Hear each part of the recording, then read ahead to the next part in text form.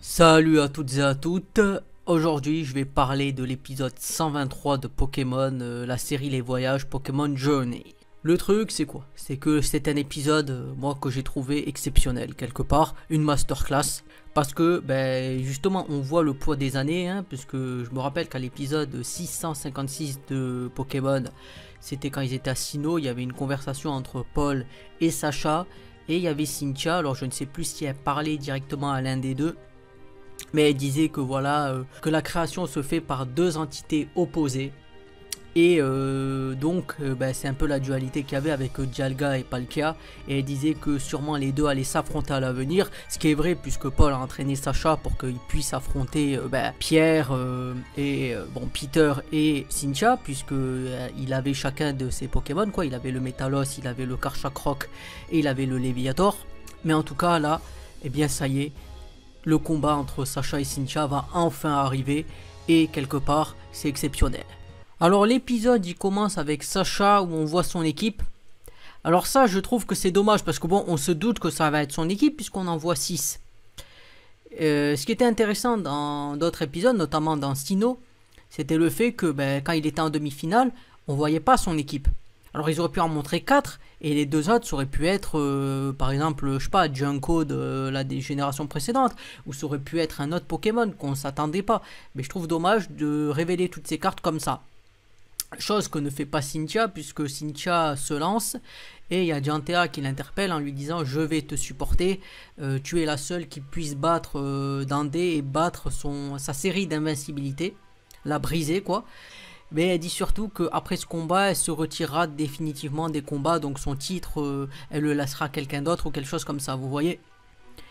Et après le combat, il commence. Alors le combat, il commence. Elle lance, comme à son habitude quand tu l'affrontes dans les jeux, dans la ligue, elle lance son Spiritomb, son Mikaruge. Et je trouve que Mikaruge, c'est plus classe que Spiritomb, personnellement.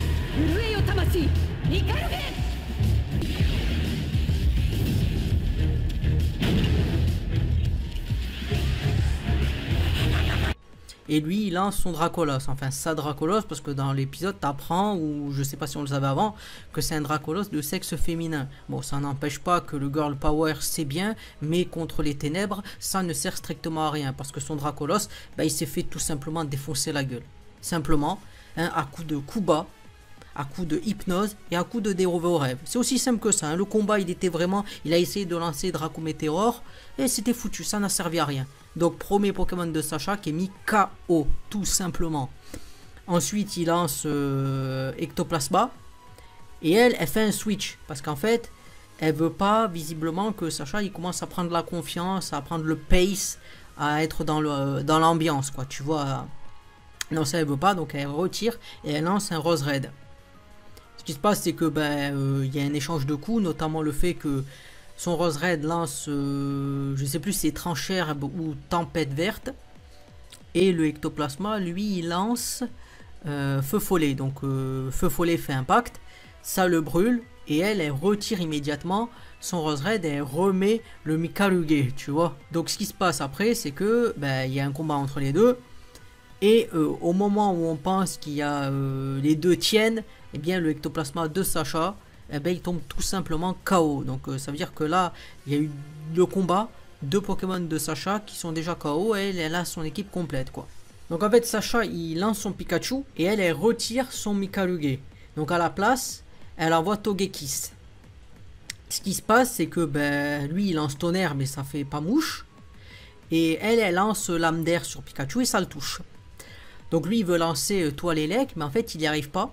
Alors au début j'avais pas compris pourquoi, mais en fait il se trouve que le Togekiss il a une habilité, sa capacité spéciale c'est chanceux.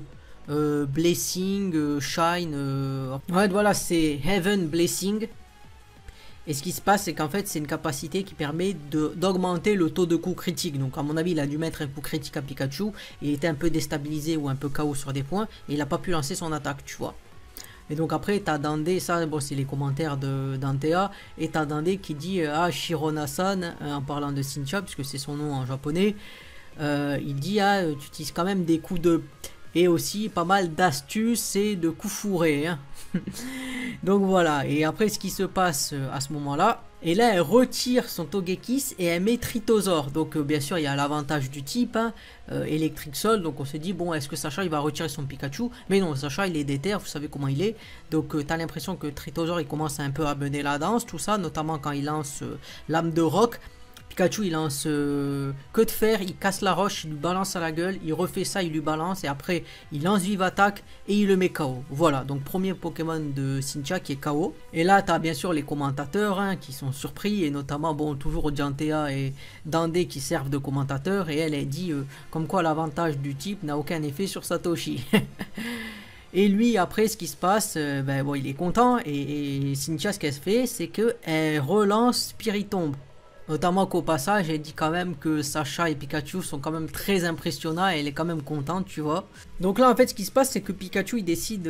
enfin, Sacha a une stratégie en tête, c'est d'utiliser le bouclier, tu sais, le même truc qu'il utilisait avec son Mist Boué quand ils étaient à Sinnoh. Voilà ce qu'il appelle le bouclier riposte en fait, donc là c'est le bouclier riposte électrique. Ce qui se passe c'est que le Spiritomb, ben, il veut lancer Hypnose, ça fonctionne pas parce que les vagues, l'onde due à la vague, eh bien, ça protège. Et il se prend le tonnerre en pleine gueule. Donc là ce qu'il fait Pikachu c'est qu'il lance Toilélec en direction de Spiritomb. Et en fait Cynthia elle dit à ce moment là à Spiritomb de se recroqueviller dans sa coquille, dans sa pierre fendue. Et donc bah, il tombe KO. Et là alors là c'est génial parce qu'elle fait un petit sourire. Je crois que le petit sourire elle fait avant que Pikachu mette KO son Spiritomb. Et en fait là tout le monde attend tu vois bon pour confirmer qu'il est KO. Il est KO. Et après, t'as, ben, à mon avis, c'est prélèvement destin que j'avais jamais vu dans un anime. Où justement il sort et il va, l'onde va vers Pikachu, ça le prend et ça le met KO. Et là, il y a une musique absolument épique qui se met. Si je la trouve, je la mettrai. Et ce qui se passe, c'est qu'en fait, ben, son Pikachu est KO. Donc tout le monde dit, ben, notamment Dianthea, tiens, c'est même pas la moitié du match. Et il a déjà son atout, hein, son ace, Pikachu, qui est KO. Donc là vraiment je trouve voilà ça c'est exceptionnel. Donc Dandé qui dit ah ben là le combat va commencer à être intéressant n'est-ce pas Satoshi. Et notamment comme je dis ça aussi c'est le côté avec le japonais, c'est que vous voyez que si vous écoutez vous avez souvent par exemple tu vois Dianthea quand elle parle à Sirona, à Cynthia c'est Shirona-san tu vois, mais quand elle parle de Satoshi c'est Satoshi-kun et Dandé Dandé-kun. Donc il y a un côté pas d'égalité ou de supériorité parce que quand tu dis kun c'est que tu estimes que la personne elle est un peu, c'est ton cadet quoi presque.